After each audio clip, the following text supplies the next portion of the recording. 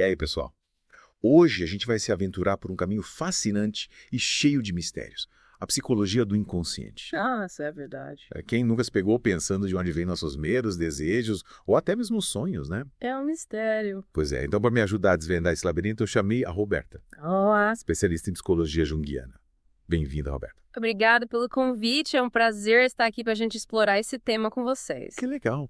Eu acho que o trabalho do Jung, Roberta, ele tem um apelo tão grande, especialmente em tempos de crise, porque quando o mundo lá fora parece instável, a gente busca segurança e respostas, mas onde? É dentro da gente. Dentro da gente.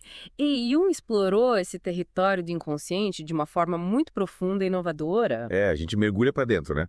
E a nossa missão hoje é justamente essa. A gente vai desvendar as ideias principais do Jung sobre o inconsciente, tanto os perigos quanto o potencial de transformação. Que tal? Vamos nessa. Para começar, Roberta, você pode nos contextualizar um pouquinho. O Jung, ele começou a desenvolver as ideias dele logo após a Primeira Guerra Mundial, né? E sim. Um evento que, como ele mesmo disse, impactou profundamente a psique humana. Porque esse período foi tão crucial para o desenvolvimento da psicologia do inconsciente. A Primeira Guerra Mundial, ela realmente foi um divisor de águas na história da humanidade. Imagina a humanidade testemunhando uma escala de violência e destruição nunca vista antes. As pessoas começaram a questionar suas crenças, os valores. Então, neste contexto de incerteza, de busca por significado, a psicologia do inconsciente floresceu. As pessoas começaram a se voltar para dentro. Para dentro, buscando compreender as raízes do sofrimento humano. Faz todo sentido, né? Era como se depois de tanta destruição externa, a humanidade precisasse olhar para si mesma, né? Se entender melhor. E o Jung, ele propõe uma busca por segurança, não em ideologias externas, mas dentro de cada um de nós. Exatamente. O Jung, ele argumentava que a verdadeira segurança reside no autoconhecimento. E ele acreditava que para curar as feridas da sociedade era preciso primeiro curar as feridas individuais. E o caminho para essa cura passava pela integração do inconsciente. Interessante. E essa jornada de autoconhecimento pode ser bem desafiadora, né? O Jung não romantiza o inconsciente, pelo contrário, ele alerta para os seus perigos. Me lembrei de um caso que ele descreve de uma paciente que desenvolveu histeria depois de cuidar do pai doente. Nossa. E ela apresentava sintomas tipo paralisia, perda da fala e alucinações. O mais intrigante é que, na época, a medicina não conseguia explicar esses sintomas físicos. Pois é. Esse caso é bem emblemático porque ilustra a época em que a medicina começava a reconhecer a influência da mente sobre o corpo. Freud, por exemplo, ele buscava entender a pré-história do trauma, né? Como eventos passados, muitas vezes esquecidos, podiam estar gerando sintomas ali no presente. Então, no caso da paciente do Jung, a histeria era uma forma dela expressar o sofrimento psíquico. É como se o corpo falasse o que a mente não conseguia. Exatamente. E a partir desses casos, o Freud, ele desenvolveu a teoria do trauma, postulando que experiências emocionais intensas, especialmente na infância, podiam ser reprimidas por inconsciente e posteriormente se manifestar como sintomas físicos ou psicológicos. E como essa teoria do trauma se conecta com a visão do Jung sobre o inconsciente? O Jung concordava com Freud sobre a importância do trauma, mas ele expandiu essa visão. Ele acreditava que o inconsciente não era apenas um depósito de experiências reprimidas, mas também uma fonte de energia criativa. Olha só. De sabedoria ancestral e de potencial de transformação. Interessante. Então, para Jung, o inconsciente era muito mais do que apenas um porão da mente onde a gente guarda coisas ruins. Exatamente. O Jung via o inconsciente como um universo vasto e complexo, com dimensões individuais e coletivas. Que legal. Ele acreditava que, ao mergulharmos nesse universo, a gente pode acessar recursos poderosos para a cura, para o desenvolvimento pessoal. Que tipo de recursos seriam esses, Roberta? Olha, o Jung identificou, por exemplo, os arquétipos, que são padrões de comportamento, de experiência que se repetem ao longo da história da humanidade. Esses arquétipos habitam inconsciente coletivo, uma camada profunda da psique que a gente compartilha com toda a espécie humana. Então seria como se existissem personagens universais dentro da gente, que influenciam a nossa forma de pensar, sentir e agir. Exatamente. O Jung descreveu diversos arquétipos, como a sombra, o herói, o sábio, a mãe, entre outros. Cada arquétipo representa uma função psíquica específica e nos conecta com padrões de comportamento e experiência que são universais. E como esses arquétipos se manifestam na nossa vida cotidiana? Eles podem se manifestar de diversas formas. Nos nossos sonhos, nas nossas fantasias, nas nossas relações interpessoais, nas nossas escolhas profissionais, na arte, na mitologia. Nossa. Os arquétipos são como lentes que a gente usa para interpretar a realidade. É como se a gente carregasse dentro da gente a história da humanidade, expressa através desses arquétipos.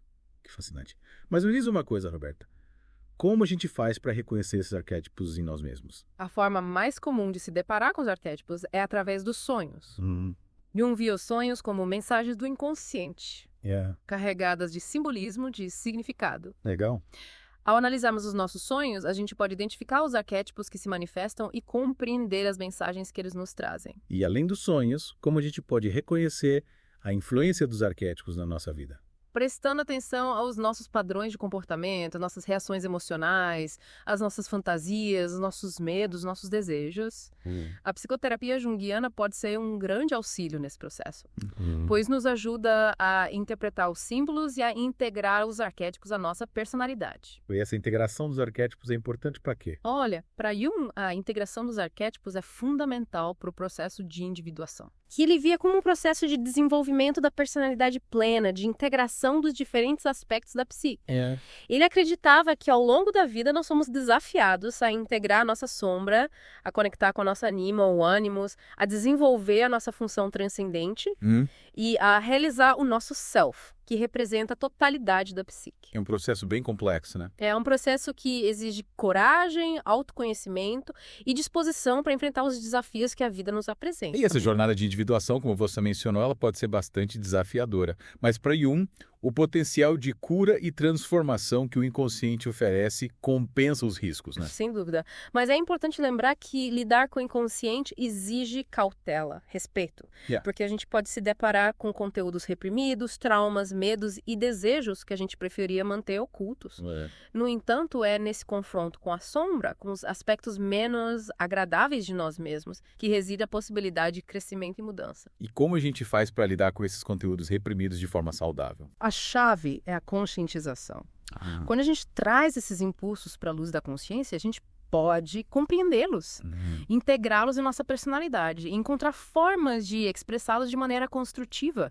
O Jung acreditava que a energia psíquica que fica presa nos complexos, nos traumas, nos conteúdos reprimidos, pode ser liberada e direcionada para fins criativos produtivos. Entendi. E como a gente faz para canalizar essa energia para fins positivos? A Jung chamava esse processo de sublimação, que consiste em transformar a energia instintiva em atividades socialmente aceitáveis e gratificantes. Olha só. Ele via a arte, a religião, a ciência e o trabalho como formas de sublimação, como maneira de canalizar a energia psíquica para a criação, para a transformação. Ou seja, a gente pega a força bruta do inconsciente e transforma em algo belo e significativo. Isso mesmo. A sublimação é um processo que nos permite integrar os opostos, unir instinto e razão e expressar a nossa individualidade de forma criativa e autêntica.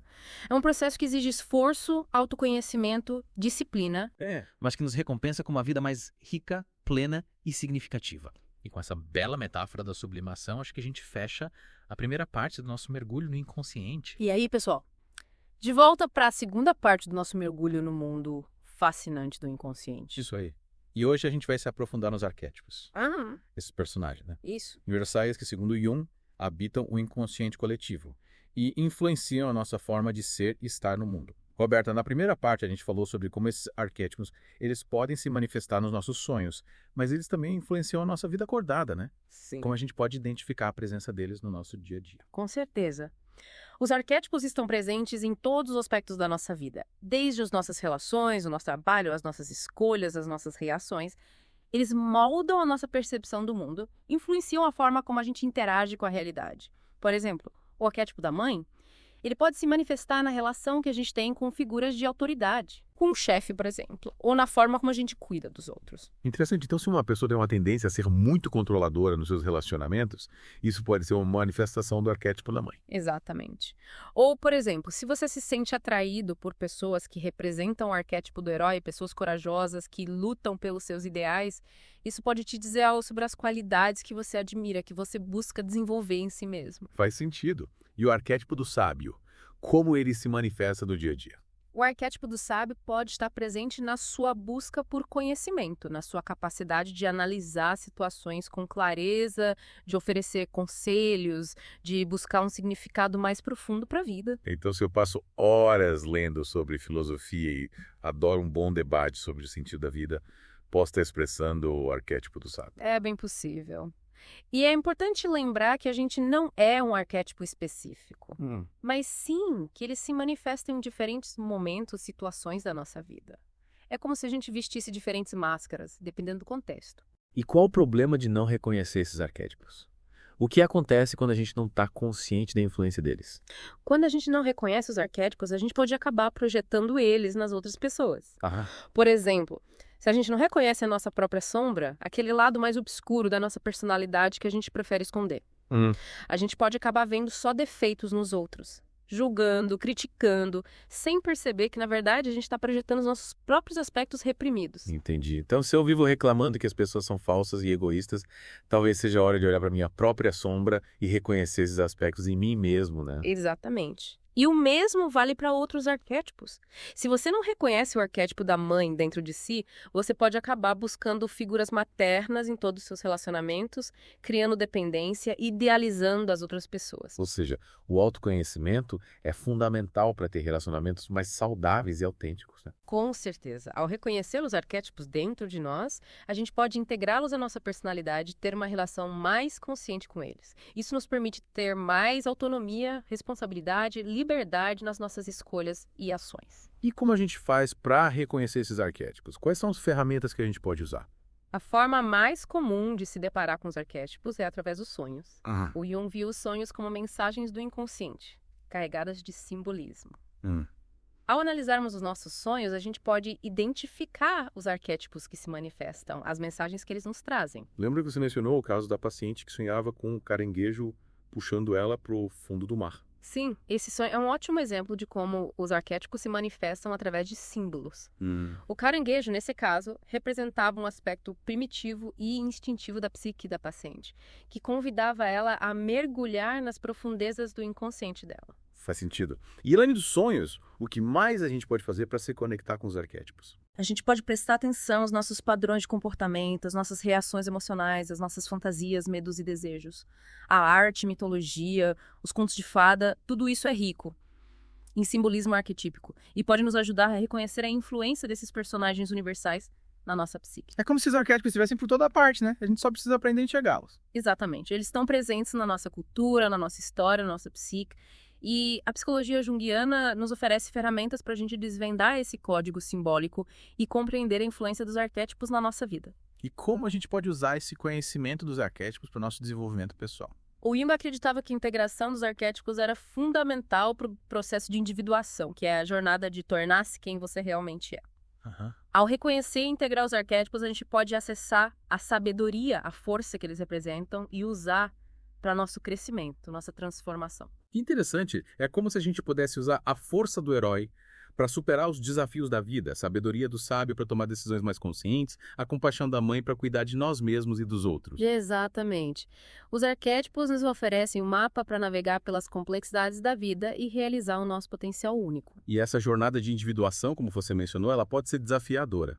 Mas Jung acreditava que o potencial de cura e transformação que o inconsciente oferece compensa os riscos, né? Sem dúvida. Mas é importante lembrar que lidar com o inconsciente exige cautela, respeito. Porque a gente pode se deparar com conteúdos reprimidos, traumas, medos e desejos que a gente preferia manter ocultos. No entanto, é nesse confronto com a sombra, com os aspectos menos agradáveis de nós mesmos, que reside a possibilidade de crescimento e mudança. E como a gente faz para lidar com esses conteúdos reprimidos de forma saudável? A chave é a conscientização. Quando a gente traz esses impulsos para a luz da consciência, a gente pode compreendê-los, integrá-los à nossa personalidade e encontrar formas de expressá-los de maneira construtiva.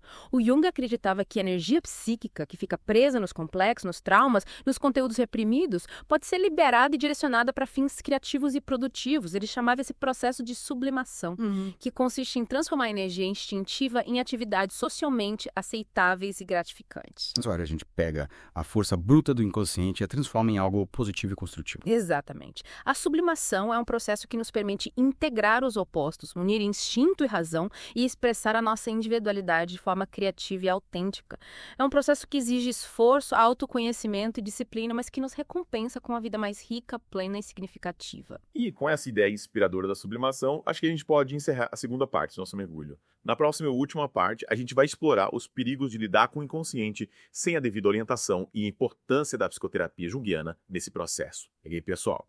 De volta para a última parte do nosso mergulho no inconsciente. Nessa jornada exploramos as ideias de Jung, os arquétipos, a sombra. Mas até agora a gente focou bastante nos aspectos positivos do inconsciente, né? Na força transformadora. Verdade.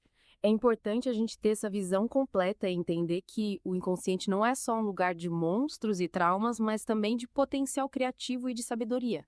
Mas como a gente já comentou, mexer com o inconsciente exige cautela. E é sobre isso que a gente vai falar hoje. Os perigos de explorar esse território sem a devida orientação.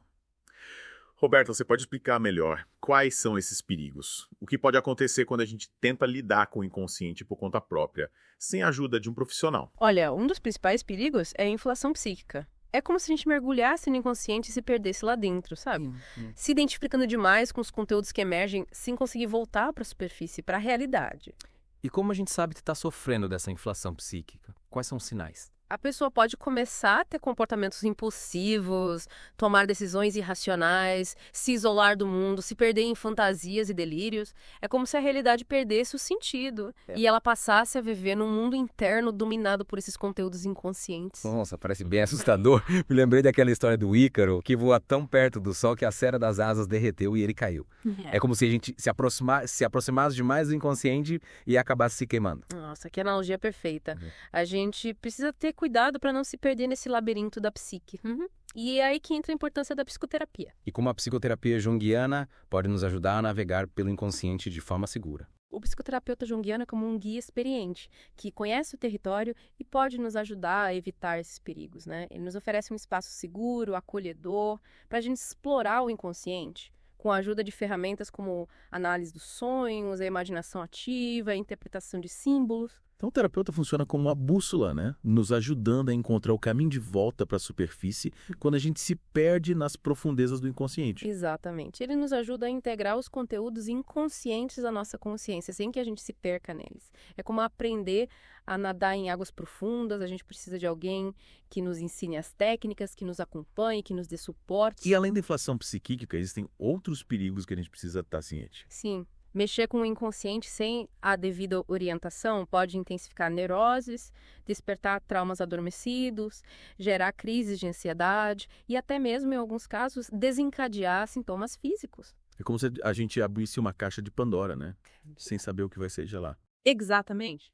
Por isso é tão importante ter cuidado e buscar ajuda profissional quando a gente sente que precisa explorar o inconsciente. Então a mensagem principal é: o inconsciente é um território fascinante, poderoso, que pode nos levar a um profundo autoconhecimento e transformação. Mas essa exploração precisa ser feita com cautela, com respeito e com a ajuda de um guia experiente. Com certeza. A psicoterapia junguiana nos oferece as ferramentas, o apoio necessário para lidar com as complexidades do inconsciente, integrar os opostos, realizar o nosso potencial único. Roberta, muito obrigado por compartilhar seus conhecimentos e nos guiar nesse mergulho. Foi incrível. Eu que agradeço o convite. É sempre um prazer falar sobre esse tema. E a você que nos acompanhou até aqui, esperamos que tenha aproveitado a viagem. Lembre-se, o autoconhecimento é uma jornada que dura a vida toda. O inconsciente é um oceano infinito de possibilidades. Explore com sabedoria, procure ajuda quando precisar e boa viagem.